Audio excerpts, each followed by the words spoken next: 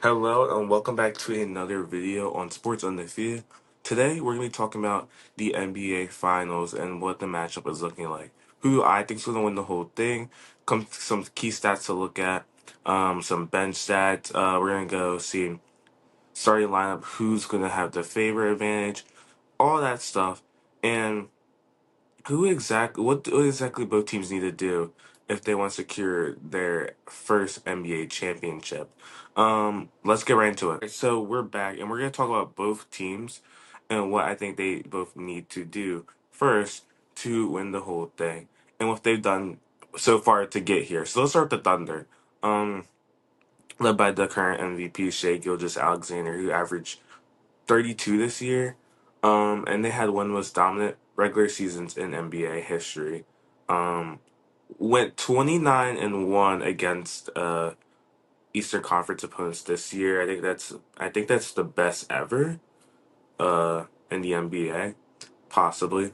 Um, their only loss coming to the Cleveland Cavaliers, who were the best team in the East. Um, that's gonna be something I'm gonna be talking about for a lot this video because that's just insane. That's just insane to me how they can do that.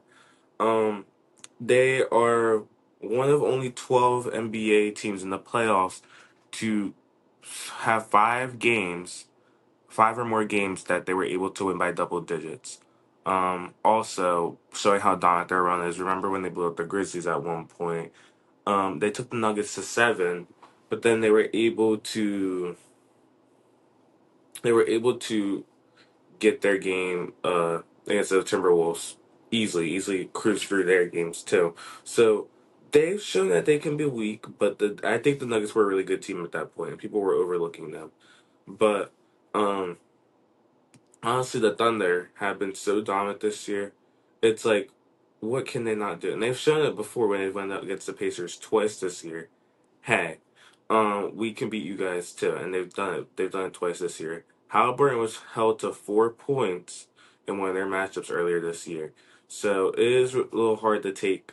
What can the Pacers do this year? They are a different team than they were back a couple months ago, but again, you're going against one of the best teams here in the NBA. Um, in the NBA, the Thunder are the seventh biggest favorites ever in NBA history to win the finals. On the top 10 list, I don't have the list with me, but 9 out of the 10 people on that list have won. Well, 8 out of 9. The only time that was that Lakers team that didn't win, but I forget what year it was, but that Lakers team was never gonna win in my opinion. I think that defensive team. If I can find it, I'll put it right here. But yeah, I don't know. Anywho, yeah, it's Shea has been so good this year, and for them, in my opinion, for them to win, just keep doing what you've been doing the whole year, and that's their starters, in Shea, Jalen Williams, Chat, Hartenstein, and Lou Dort. All of them just gotta keep doing what they usually do, and even we have Caruso on the bench. You have Carson Wallace on the bench, and even even they can do some good. They have crazy defense. Don't start with me Caruso when they land him over the summer. His defense is crazy insane. He can definitely do something. Make the Pacers definitely think themselves. Chat has been averaging 2 blocks a game in these playoffs, and their defense is definitely something to be worried about. Is what I'm saying. Um, it is the battle of the offense versus the battle of the defense, I will say. Best offensively versus best defense in the league. Um, Edwards had a funny quote to comment on the Thunder's defense. He said 15 puppets on one string is what he did to describe the defensive chemistry. Um, and they got eliminated in like 5 or 6. So it is really something worried that one of the best NBA players had something to say about that. The defensive chemistry is just on another level. But yeah, let's talk about the Pacers now and what they've done this year. I think we honestly have to talk about it. I mean, one of the best NBA runs to the finals in recent time. I know recently we just had like other teams like the Miami Heat, who were the 8 seed, made a whole run to the finals. I understand, but this feels different. I know like they're seeded number 4, but the East was so weak this year if you were, we didn't expect any. We all expected it was either be the Cavs, the Celtics, or maybe the Knicks to get in as one to make it to the NBA Finals. No one expected the Pacers to be the team that got in here. Not one person. No one did. I give them respect that they were able to do it. And they were able to beat the Cavs in five, beat the Bucks in five, and they were able to kill the Knicks, in my opinion. That even though they didn't win in like five, they were still able to contain them within six, which was crazy, in my opinion. The Pacers, no one thought they would be able to get in this position, and they've had one of the best second halves of a year I've ever seen for a team. People have been talking about if the Pacers win, does Halliburton go down as possibly the greatest Pacers player in history? I don't agree with that. I still think Reggie Miller, all time Pacers GOAT, but he has conversations sufficiently put himself as a top three Pacers player of all time. Who knows? Honestly, he could. I still think I'm tired of Siakam not getting his praise. He did. He got Easter Conference MVP. I'm happy he got that. But he needs to get more respect. I think ever since he won a championship with the Raptors, he got traded and he's been kind of overlooked. I think he needs that respect back because he is such a good player and he can show he shows it all the time in the playoffs. He is better, in my opinion, than Halliburton. He is the X factor, in my opinion, instead of Halliburton. Halliburton can have his clutch shots, I do agree, but we need to talk about him more. Siakam does not get talked about enough. For what? Because he's just underlooked by Tyrese Halliburton and everything. Understandable, but you have to realize like Pascal Siakam has been doing this since he's getting on the Pacers, and now he's just getting his respect. Just me, but I don't know. We'll see. Um, we're gonna find out what's gonna go on, and let's talk about now. Oh, what I think the Pacers need to do, obviously, to win this is again. I think what's been doing them so well is how fast, as fast as a team that they play, their chemistry you could see on the court is amazing. If they could just play great defense, they have one of the best defenses, and use that chemistry to their advantage, they got it, gang. I mean, they've stunned almost every team this year. We can't overlook them just because, oh, it's the Thunder They're on a whole different conference. They won 21, 29 and 1 this year. Can't overlook that. They've changed three teams. They've changed three teams' futures so quickly. They can make it a fourth real quick. So I don't know what they can do, but let's talk about the last time they met earlier this year, which they won both. The Thunder won both head-to-head meetings this year. Um, I think the first game was the day after Christmas game. I know Thunder fans were mad when they weren't put on the Christmas schedule after they seriously killed last year, being one of the best teams in the league. But they did not get a Christmas game, near did the Pacers. So they had a game after Christmas, and they Thunder won and they came back. And I think Shea had 45 points that night, and he had four 3 pointers, and he went 11 for 11 from the free throw line. Um, you know, and then we also had the second game that they had, the Thunder against Indiana on March 29th when it wasn't even really close when Oklahoma made 17 3 pointers. Yeah, it's just scary matters when they can make threes like that. Um, So this is this as an OKC team. Um, their team is very young. This is the second youngest NBA Finals team ever in history. The first one being the Portland Trailblazers in '76 and '77. Um, it's scary when you realize that they have a top 50. I think they're 15 or 16 pick this year, and they have this young core. We have Shea, who's only 26, uh, Jalen Williams, who's only 24, and Chet Holmgren's only 23. It's scary hours to realize that these guys are all young. and they all can still do something. It's just I don't know how they're gonna be able to solve this like in the next couple of years. And again, we still have Nikola Topic. I think he's still on the bench. He hasn't played a minute yet in the NBA. Still is gonna be crazy. They still get to draft someone that could be someone that could help out in the future for the Thunder program. It's gonna be scary for the Thunder, no matter what happens, win or lose. They will probably come knocking on the door next year if they don't win, and be like, "Hey, we're still here. We can definitely do whatever we want." And if they do win, they're probably be getting ready to repeat without any of these issues. Um, so the matchup I think is to watch this series is we got Halliburton and we got Lou Dort. I know you were like Shea Gilgis. We're gonna talk about them. I know they're gonna go against each other too, but I do think they're gonna put Lou Dort on Halliburton because it makes more sense for a guy that has crazy defense. He was first team all defensive first all team all defensive this year in Lou Dort. For him to go against someone like Halliburton, um, last time they played each other, Halliburton only averaged 12 points a game. I think he had 4 points that game. Lou Dort locked him up and said, you're not gonna play like this against me." And he attempted shots at a lower rate when he was guarded by Lou Dort. So that doesn't give me any reason why the Thunder would not just put Lou Dort on him again. It worked before, do it again. There's no reason why they wouldn't. Um, Either way, hot take. I do think Shea would be able to lock up. I think Shea could lock up Tyrese too anyway, but they want to be more secure with Lou Dort. And I think if they could slow him down again, I don't think the series is gonna last pretty long. Again, you can't be like, oh, you can't be like, oh, the Pacers are not like that good of a team. And I'm not gonna discredit them because they've been good all year.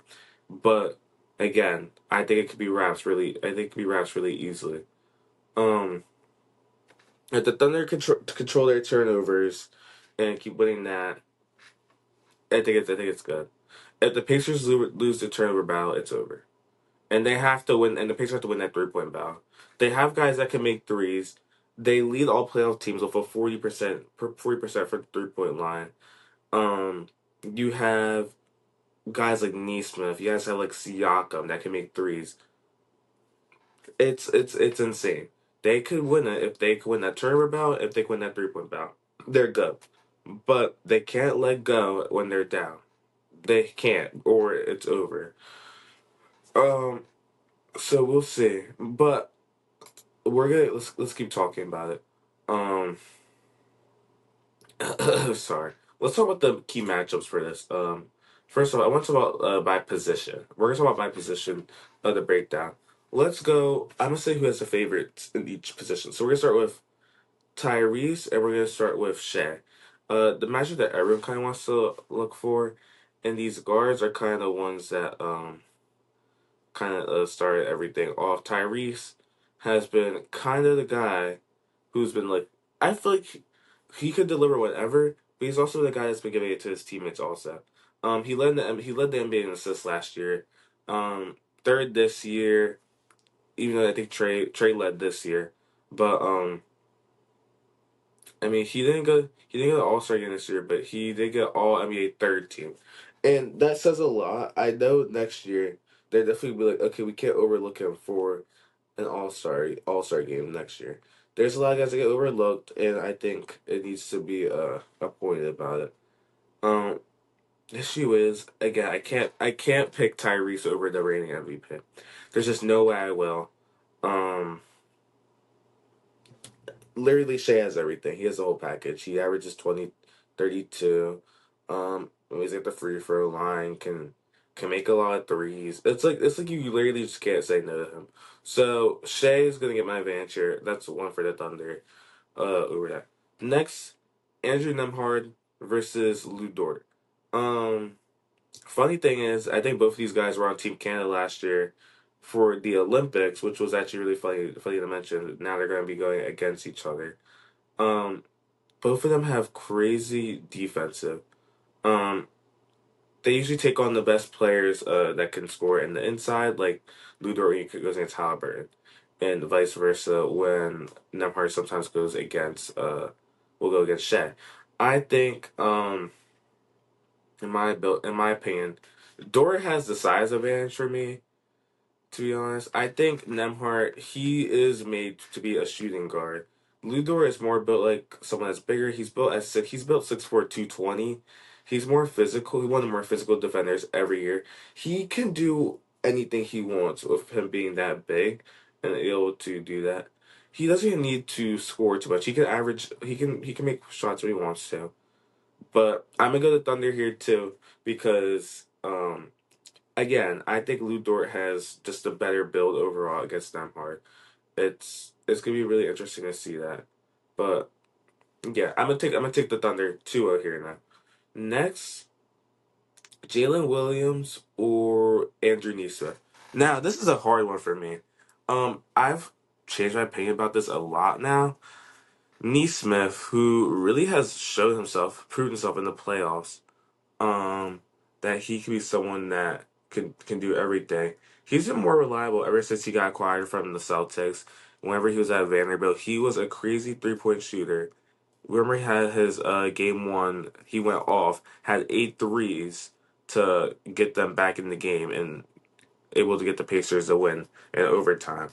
Um, he did miss a lot of games this year, missed 35, but he turned it up after he came back from the All-Star break, and he's amazing. He's shown life that he could definitely do something. Um, the issue is that again, Jalen Williams has been averaging 26, 20, 21 this year. Got in the All-Star game, was an All-Star. Um, was NBA All NBA third team. Second team all defense. It's it's okay. He's still averaging 20 in the playoffs, even though he doesn't look as good.